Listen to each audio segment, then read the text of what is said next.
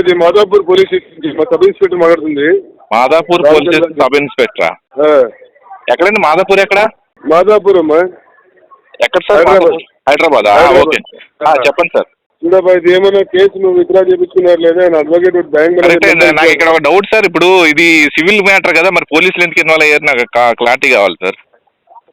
అదే అబ్బా, ఇది నాన్ రీపేమెంట్ ఆఫ్ ఆర్బీఐ అని చెప్పి. కరెక్టే సార్. ఇది సివిల్ కి వేయాలి కదా, సివిల్ కు పోలీస్ కి సంబంధం ఏంటి సార్? అదే అబ్బా, ఇప్పుడు కస్టడీకి ఎంక్వైరీ జరిపించి కస్టడీకి తీసుకొని రేపు నాంపల్లి కన్స్యూమర్ కోర్టుకి హాజరుపరచాలన్నమాట మేము. అదే సార్, కన్స్యూమర్ కోర్టు కంటే సివిల్ కదా సార్. మీరు పోలీసు దేనికి చేస్తారు? సివిల్ వాళ్ళు రావాలి కానీ మీరు ఏదో క్రైమ్ చేసిన వాళ్ళు ఏదో ఇది చేసిన వాళ్ళు వాళ్ళని పట్టుకోవాలి కానీ నన్ను పట్టుకోకూడదు sir. Hi friends, welcome to your get Ravi ఛానల్కి. ఇక్కడ ఫేక్ పోలీస్ కస్టమర్ కాల్ చేసి లోన్ రికవర్ చేయడానికి ట్రై చేశాడు. సో వీడియో చివరి వరకు వినండి, చాలా ఇన్ఫర్మేటివ్గా ఉంటుంది. సో మీకు ఒక క్లారిటీ వస్తుంది, సివిల్ మ్యాటర్ అంటే ఏంది, క్రిమినల్ మ్యాటర్ అంటే ఏంది, వీటిపైన మీకు ఒక క్లారిటీ వస్తుంది, దేంట్లో ఎవరి ఇన్వాల్వ్మెంట్ ఉంటుందని చెప్పేసి. సో వీడియో చివరి వరకు వినండి, చాలా ఇన్ఫర్మేటివ్గా ఉంటుంది. వీడియోని వస్తే డెఫినెట్గా లైక్ చేయడం మర్చిపోకండి. కొత్త వాళ్ళ వీడియో చూస్తుంటే ఛానల్ సబ్స్క్రైబ్ చేసుకుని వీడియోని లైక్ చేయండి. సంతోష్ చెప్పమ్మా. సంతోష్ చెప్పమ్మా. ఎవరు మీరెవరండి? మీరెవరు? ఇది మాదాపూర్ పోలీస్ స్టేషన్ మా సబ్ ఇన్స్పెక్టర్ మాట్లాడుతుంది. మాదాపూర్ పోలీస్ స్టేషన్ సబ్ ఇన్స్పెక్టరా? ఎక్కడండి మాదాపూర్? ఎక్కడ? మాదాపూర్ అమ్మా? ఎక్కడ సార్? హైదరాబాద్. ఓకే చెప్పండి సార్. సంతోష్ కుమార్ గారేనా? అవునండి నేనే. ఎక్కడున్నావా? ఏంటండి? ఎక్కడున్నావమ్మా? నేను ప్రెజెంట్ బెంగళూరులో ఉన్నా. బెంగళూరులో. మీ ఫాదర్ పేరు వచ్చి మీ పేరండి? అడ్రస్ ఇచ్చావు కదమ్మా? రామచంద్ర. రామచంద్ర.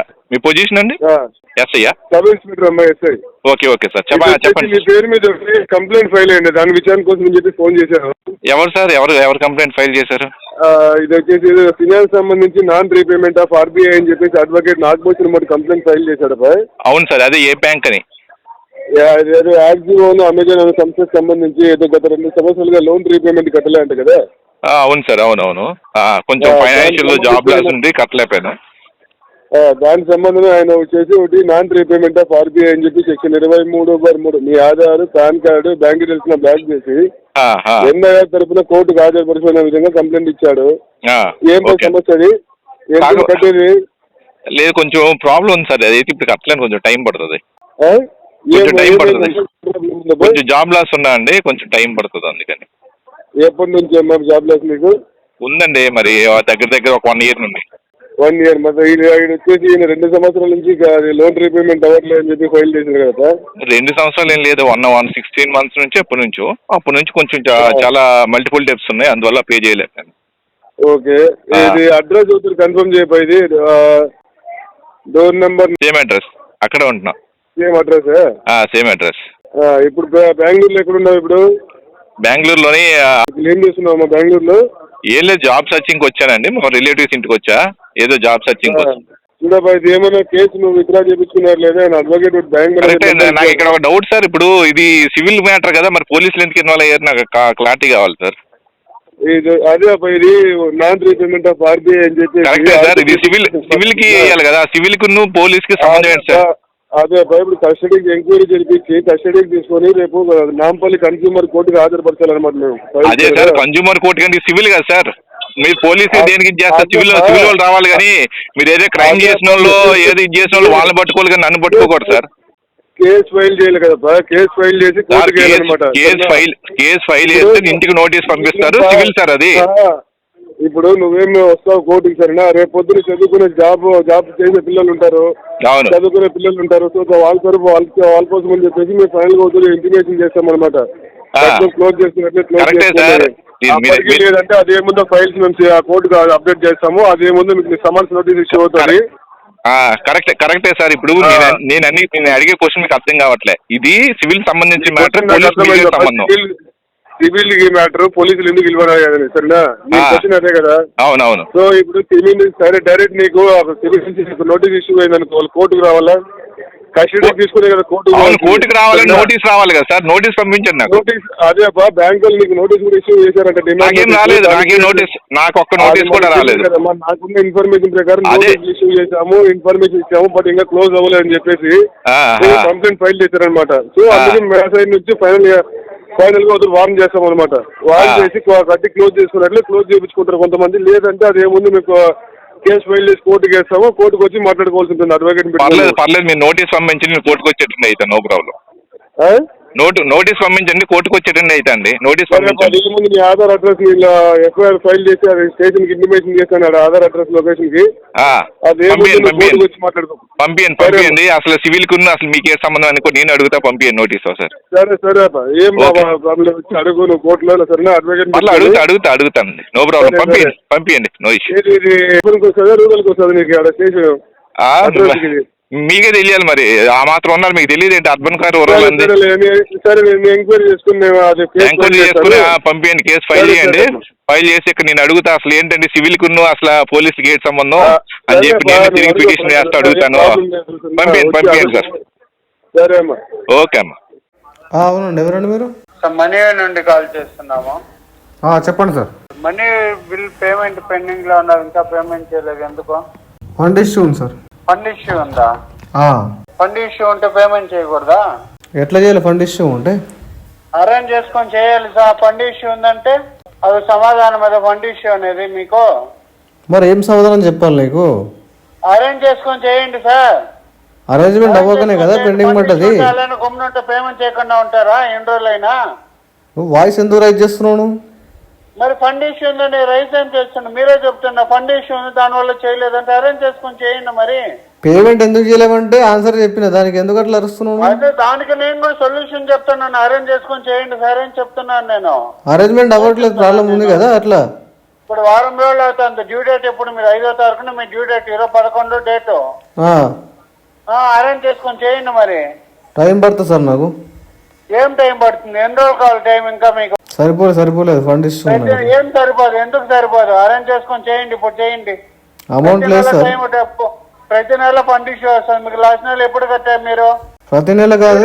మీకు డ్యూ డేట్ ఎందుకు ఇచ్చింది? మీకు ఆన్ టైమ్ లో కట్టేదానికే కదా.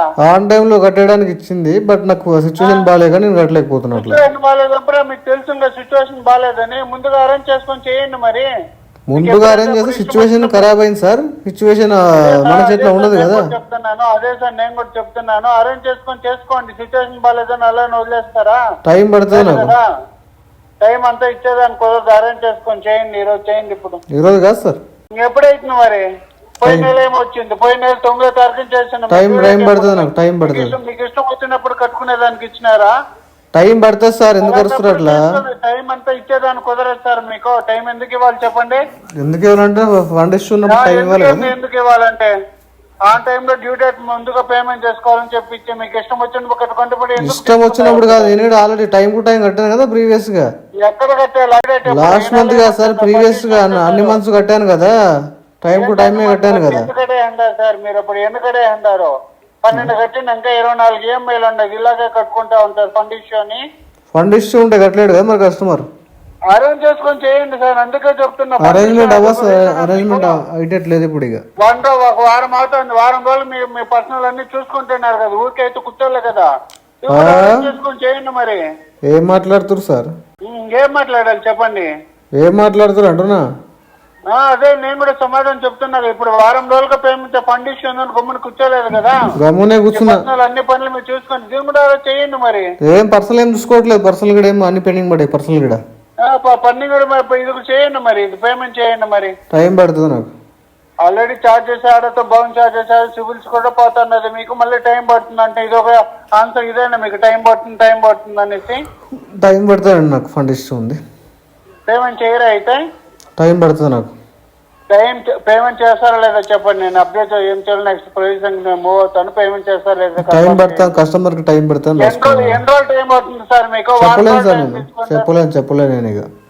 సరే ఓకే. ఇది రికార్డెడ్ కాల్ చెప్పిన ఇది అప్డేట్ చేసి నెక్స్ట్ ఫర్దర్ ప్రొసీజర్ మూవ్ చేస్తాం. రైట్. నుంచి మాట్లాడుతున్నాను. చెప్పండి. అదే సార్ ఇది సెటిల్మెంట్ మొన్న మా మేనేజర్ తో మాట్లాడారంట కదా. అది 58,000 కి.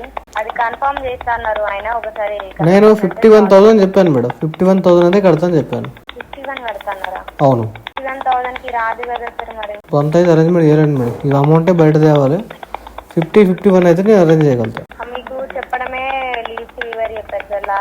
లాస్ట్ మంత్ నుంచి మీరు డిస్కస్ చేస్తున్నారంట కదా. అదే మేడం నేను 20 అయితే చేయగలుగుతా మేడం, దానికంటే మించి చేయలేను నేను. అర్థం కాలేదు. 20% అయితే చేయగలుగుతా. 20% అంటే మీరు అడిగినంత కాదు కదా సార్, మనకి లేబర్ వస్తుంది మేడం నేను మొత్తం కట్ అయిన పొజిషన్లో ఉన్నా, నేను ఏదో రకంగా చేసి మేనేజ్ చేసి సెటిల్ చేస్తున్నా. సో నాకు కొద్దిగా లీస్ట్ వస్తేనే నేను చేయగలుగుతా. అట్లా లీస్ట్ అంటే అదే సార్, మీకు లాస్ట్ టైం కూడా చెప్పడము ఇది 65,000 చెప్పారు కదా. ఇప్పుడు మా మేనేజర్ తో మాట్లాడినాక ఇంకా కస్టమర్ కట్టడానికి రెడీ ఉన్నాడు కాబట్టి సో ఎక్కువ చెప్పకూడదు, ఏదైతే లీస్ట్ ఉందో అది చెప్దాం అన్నట్టు ఆయన చెప్పారు మీకు. కరెక్టే కానీ 51 అయితే నేను మ్యాక్సిమం కట్టగలుగుతాను మేడం.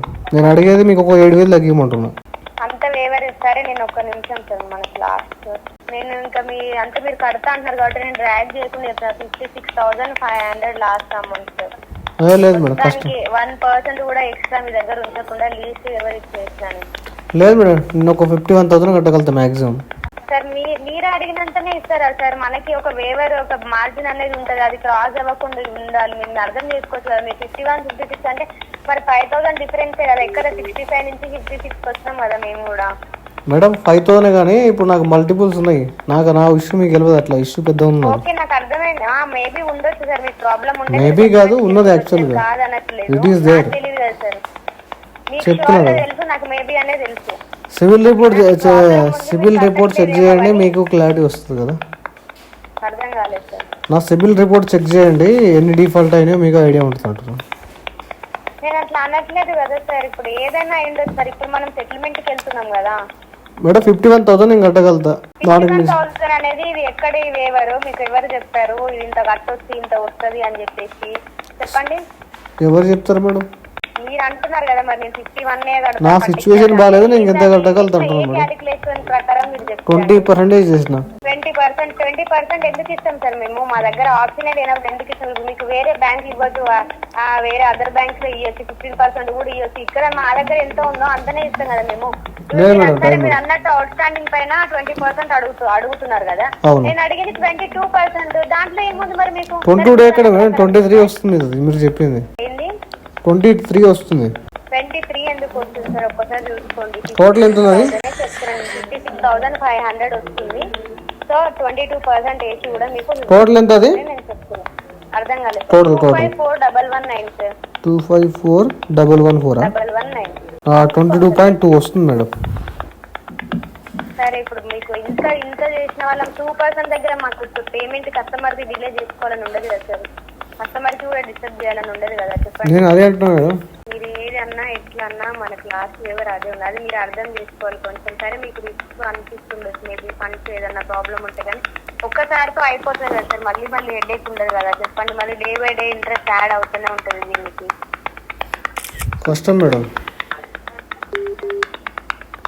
కష్టం అంటే ఇంకో 2-3 months 4 months 6 months శాలరీ కట్టుకుంటారా మరి? అప్పుడు మళ్ళీ ఇంట్రెస్ట్ అవుట్స్టాండింగ్ పెరుగుతుంది. దానిపైన మళ్ళీ సెటిల్మెంట్ వేస్తే మళ్ళీ 20% వేసినా కూడా ఇంకెక్కువనే వస్తుంది. కనుక్కొని చెప్పండి మేడం. ఓకేనా? కనుక్కొని చెప్పేది ఏం లేదు సార్, నా దగ్గర ఫైనల్ ఆన్సర్ ఉంది, అదే చెప్తున్నా. నేను మీకు ముందే 60,000 65,000 చెప్తే నా దగ్గర ఇంకో ఆప్షన్ ఉంది 56 వస్తుంది కాబట్టి నేను ఒక 1 day గ్యాప్ తీసుకొని మీకు కాల్ చేస్తుండే. చెప్పడమే మీకు నేను లీస్ట్ అమౌంట్ చెప్పేసిన. మేడం ఇంకో 2% తగ్గేయండి, క్లోజ్ చేద్దాం. నాకు లియబిలిటీ ఎక్కువ ఉంది. 1-2% చాలా మ్యాటర్ చేస్తుంది. అట్లా అర్థం కాలేదు సార్. నాకు లియబిలిటీ ఎక్కువ ఉంది, 1-2% చాలా మ్యాటర్ చేస్తుంది. సో రౌండ్ ఫిగర్ ఎంత? 51,000 క్లోజ్ చేయండి, 1 shot కట్టేద్దాం.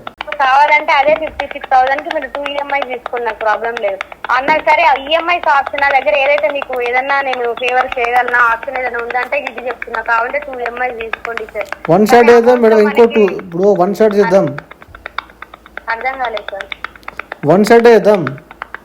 1 shot 51,000 కి రాకనే కదా సార్. కనీసం కావాలంటే నా దగ్గర ఈఎంఐస్ ఆప్షన్ ఉంది కాబట్టి ఈఎంఐస్ ఆప్షన్ వచ్చిన అమౌంట్ డిస్ట్రిబ్యూట్ చేసే ఆప్షన్ లేదు సార్. మేడం అంత కట్టలేదు సార్. ఇంకా మీకు 58,000 చెప్పిండు. నేను అది కూడా ఆయన మాట కూడా కొట్టేసి నాకు కస్టమర్ పేమెంట్ కావాలి కాబట్టి నేను కస్టమర్ సైడ్ ఉండాలన్నట్టు నేను మాట్లాడి మీకు చెప్తున్నా.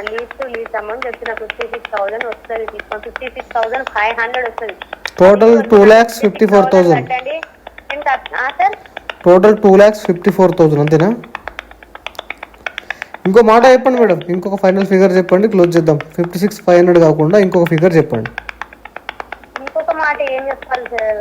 ఎవరికి ఇట్లా అడగలేదు సార్. ఇంత ఇచ్చిన తర్వాత కూడా మీరు మళ్ళీ ఇది మేడం నేను వేరే టైం ఇవ్వండి సార్. మరి ఒక్కసారి కాల్ చేస్తాను. Sure madam. ఓకే. ఓకేనా? మీకు డైరెక్ట్ ఇది సెటిల్మెంట్ చేసింది, మీకు సెటిల్మెంట్ అప్రూవల్ మేనేజర్ తో ఒక్కసారి మాట్లాడిస్తారు. నేను అడుగుతా ఫస్ట్, కాలేదంటే నేను మాట్లాడిస్తాను సార్. మేడం నేను అడుగుతా సార్, అడిగి చెప్తా. లేదు ఏమైనా డిస్కషన్ చేసినారంటే ఒకసారి మీకే కాల్ చేస్తాను. సరే అండి, మాట్లాడండి మీరు. సరే, okay sir, okay sir. Starting audio మీరు విన్నారు కదా, ఏ విధంగా ఫేక్ పోలీస్ కస్టమర్ని భయపెట్టి పేమెంట్ చేయించాలని చెప్పేసి ట్రై చేశారో ఈ విధంగా కొంతమంది చేస్తారు. సో మీరు భయపడకండి, ప్రాపర్గా కస్టమర్ ఏ విధంగా క్వశ్చన్ చేశాడో ఆ విధంగా మీరు క్వశ్చన్ చేయొచ్చు. ఎందుకంటే లోన్ రికవరీలో పోలీస్ వాళ్ళు ఇన్వాల్వ్మెంట్ ఉండదండి. మనీ ఉంటే పే చేయండి. సో పే చేయడానికి ట్రై చేయండి, కావాల్సి మొత్తం లోన్ డిఫాల్ట్ చేయకండి. వీడియో నచ్చితే లైక్ చేయండి ఫ్రెండ్స్. మరిన్ని ఇలాంటి వీడియోస్ కోసం నాకు ఛానల్ సబ్స్క్రైబ్ చేసుకోండి. Thank you.